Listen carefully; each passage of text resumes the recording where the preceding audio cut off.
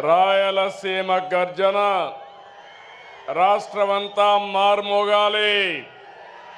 జై తెలుగుదేశం, జై తెలుగుదేశం, జై Telugu Desam. Amar high NTR, Amar high NTR, NTR Amar high. అందరికీ నమస్కారం. వేదిక పైనుండే పెద్దలకి, నా ముందర చూస్తే సముద్రం నెల్లూరు పక్కనుందనుకుంటే జన సముద్రంతో ఈరోజు కడప నిండిపోయింది. ఎక్కడ చూసినా మా తమ్ముళ్ళు, మా ఆడబిడ్డలే. ఎన్నోసార్లు కడపకు వచ్చాను, కానీ ఈరోజు మీ ఉత్సాహం చూస్తూ ఉంటే, మీ అభిమానం చూస్తూ ఉంటే నాకు ఒక ధైర్యం వచ్చింది. కొండనైనా ఢీ కొట్టి మీకు న్యాయం చేస్తానని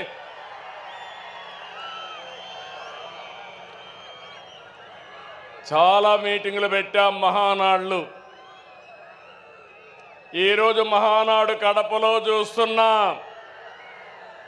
అందరూ అనుకున్నారు కడపలో మహానాడా అని. నాకు నమ్మకం ఉంది. కడప తెలుగుదేశం పార్టీ అడ్డా, అది నిరూపించడానికే ఇక్కడ పెట్టాం.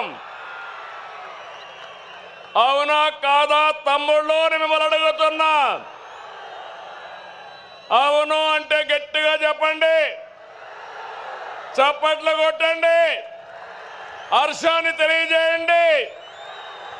రెండు చేతులు పైకెత్తి ఆమోదాన్ని తెలియజేయమని కోరుతున్నా. ఒక్కోసారి జీవితాల్లో కొన్ని సంఘటనలు జరుగుతాయి.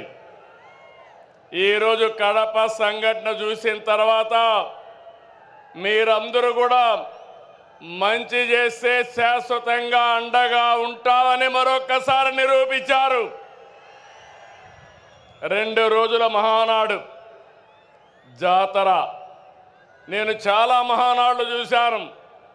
కార్యకర్తలు కూడా ఒక రకంగా వచ్చేవారు, కానీ ఈసారి మాత్రం ప్రతి క్షణం అనుక్షణం చాలా శ్రద్ధగా కూర్చున్నారు.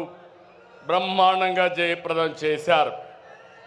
ఈరోజు ఉదయం నేను చూస్తున్నా అన్ని దారులు కడప వైపే. కడప దిగ్బంధం అయిపోయింది. ఈ గ్రౌండ్ చూస్తే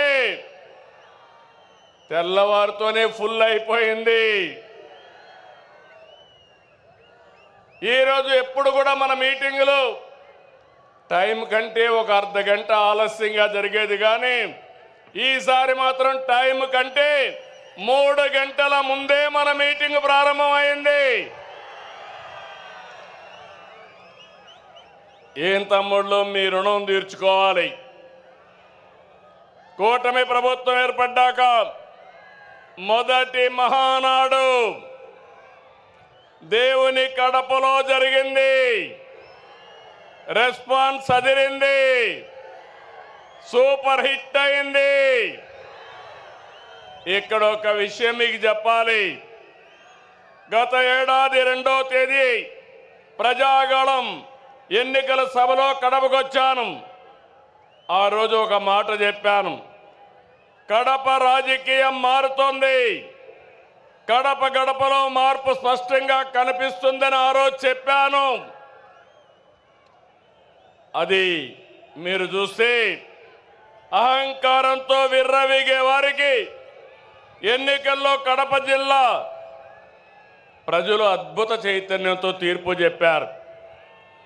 ఈ ఎన్నికల్లో ఒక కడపే కాదు, రాష్ట్రం ప్రతి ప్రాంతం అద్భుతమైన విజయాన్ని సాధించాం. ఉమ్మడి కడపలో 10కి 7 గెలిచాం. తమ్ముళ్ళు ఇప్పుడు నుంచి కష్టపడితే 2029లో 10కి 10 సిద్ధమా అని అడుగుతున్నా మిమ్మల్ని. సిద్ధమా తమ్ముళ్ళు అని అడుగుతున్నా. ఆడబిడ్డలు సిద్ధమా అని అడుగుతున్నా.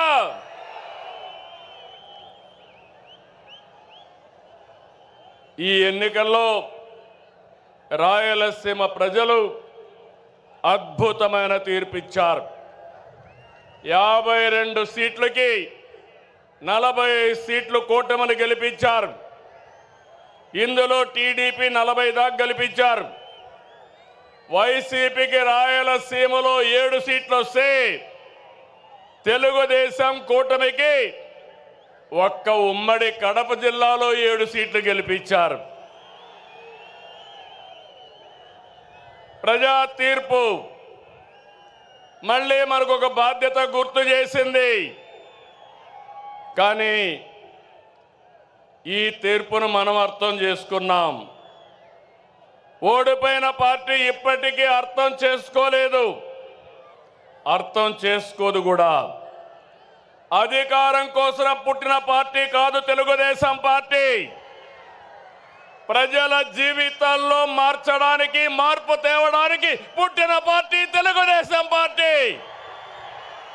అవునా కాదా అని మిమ్మల్ని అడుగుతున్నా. అవునంటే గట్టిగా చెప్పండి, చప్పట్లు కొట్టి. నా సుదీర్ఘమైన రాజకీయ జీవితంలో నేను చూశాను, ఎప్పుడు కూడా ప్రజలంతా కూడా అభివృద్ధిని, సంక్షేమాన్ని కోరుకుంటారు. ఇంకో పక్క పార్టీ ఎలా ఉండాలో, పాలన ఎలా ఉండాలో చెప్పడంలో తెలుగుదేశం పార్టీ ప్రస్థానం ఒక కేస్ స్టడీ. పాలకులు ఎలా ఉండకూడదు, పార్టీ ఎలా నలపకూడదు ప్రపంచంలోనే ఒక కేస్ స్టడీ వైఎస్ఆర్ పార్టీ అని చెప్పి కూడా నేను మీకు తెలియజేస్తున్నా. తెలుగుదేశం పార్టీ ప్రజా ఉద్యమాలు, పోరాటాలు, ఎన్నికలు, గెలుపులు కొత్త కాదని చెప్పి నేను మీకు తెలియజేస్తున్నా. గత ప్రభుత్వంలో 5 సంవత్సరాలు మనం పోరాటాలు చేశాం. హింసా రాజకీయాలు, హత్యలు, కేసులు, అవమానాలు, అవహేళనలు, బూతులు, అణిచివేత అన్నీ ఎదుర్కొన్నారు మా తమ్ముళ్ళు, మా ఆడబిడ్డలు. మీరే నా బలం, బలగమని మరొకసారి గుర్తు చేస్తున్నా.